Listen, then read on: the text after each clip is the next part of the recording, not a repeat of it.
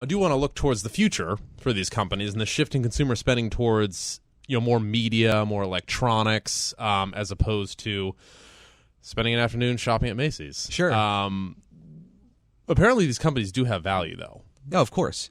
So there's two trends that we're seeing with for these apparel retailers that I also think that are much longer term, are something that we're kind of getting the beginning hints of that investors will want to keep in mind. And the first is that there is a shift from spending on on the traditional goods like clothing towards media and also electronics. A good example of where we've already seen this start to take hold and the companies are suffering as a result, and they've had to basically institute major transitions in their business and their product portfolios, is the toy industry. So think about like Mattel, for example, or Hasbro, where they had these major brands like Lego, or like Barbie, I'm sorry, not Lego, but like Barbie or Hot Wheels, or it's like the American Girl dolls, and those have all struggled. And I see it every time I visit my little cousin, for example. Why buy those when you can give the kid an iPad? Exactly. And he's on his iPad most of the time, over playing with the typical like action figures or games along those lines. So that's just something that we've seen in general, and I think is going to start leaking into the apparel retailers as well, where people are just going to be focused more on getting the latest iPhone rather than getting that new pair of boots. Well, not only that, but these companies are, and this is harking back to what we were talking about earlier with the smaller format stores and just having less inventory and everything. I did want to point out that I love what Macy's has done, and I don't know if you came across this in your research, but they just built a $300 or $400 million distribution facility in Oklahoma, of all places, that pretty much rivals an Amazon warehouse.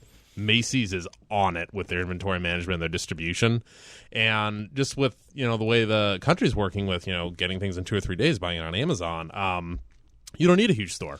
You don't. And I'm glad you brought that up, because that's another big trend a big shift that we're seeing for these companies is Macy's is being really proactive about adopting this omni-channel strategy where they are meeting customers' needs in the store and online, because there's no denying that e-commerce has obviously been growing as a percentage of total retail sales for a long, long time now. Well, and arguably everybody wins, because if you go into a Macy's or any one of these stores 20 years ago, they literally had to have every size of a pair of jeans available pretty much if they wanted that sale that day. Mm-hmm. Now they can have 5 of the sizes. The person likes it, they can just be like, okay, order online, we'll be at your place in 2 days. Boom. Or pick it up at the store. Either way. So they really want to provide shoppers with those options. Kohl's hasn't been as strong as some of its competitors in adopting that omni-channel strategy, but it definitely has that in mind, and management has cited the fact that they're going to be pursuing that much more aggressively.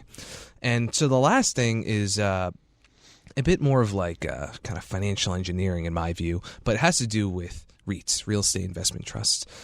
We kind of saw this a little bit in the gaming industry with Penn National Gaming, where they basically they have these casinos. They spun off a REIT, which basically owned that property, and the actual the casino operator would lease that back. The benefit, the investors in the REIT get really stable revenues from those lease payments, but they also get more favorable tax treatment since it's not taxed at the corporate level. Exactly. Go ahead. No, so a number of retailers have always been doing this. Mm-hmm. The first that attempted it, or the first bull case that referred to any of these companies, was, of course, Sears. Mm-hmm.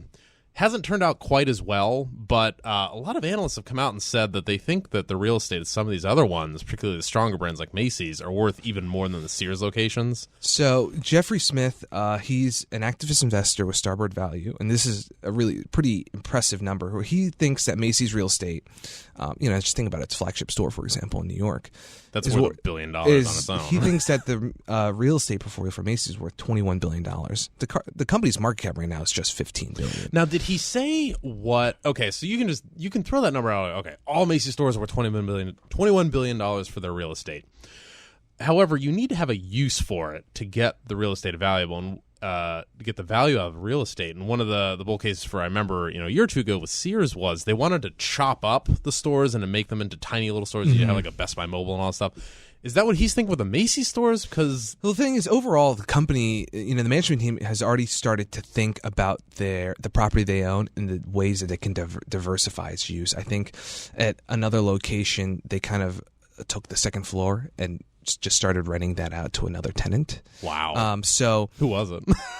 I don't recall. But that was just something that I had seen quickly. But it's just overall. I look at it more so as the fact that these companies currently in their current form, they own a lot of property and a lot of real estate, obviously, and whether something like a REIT can help unlock that value is definitely something investors should consider.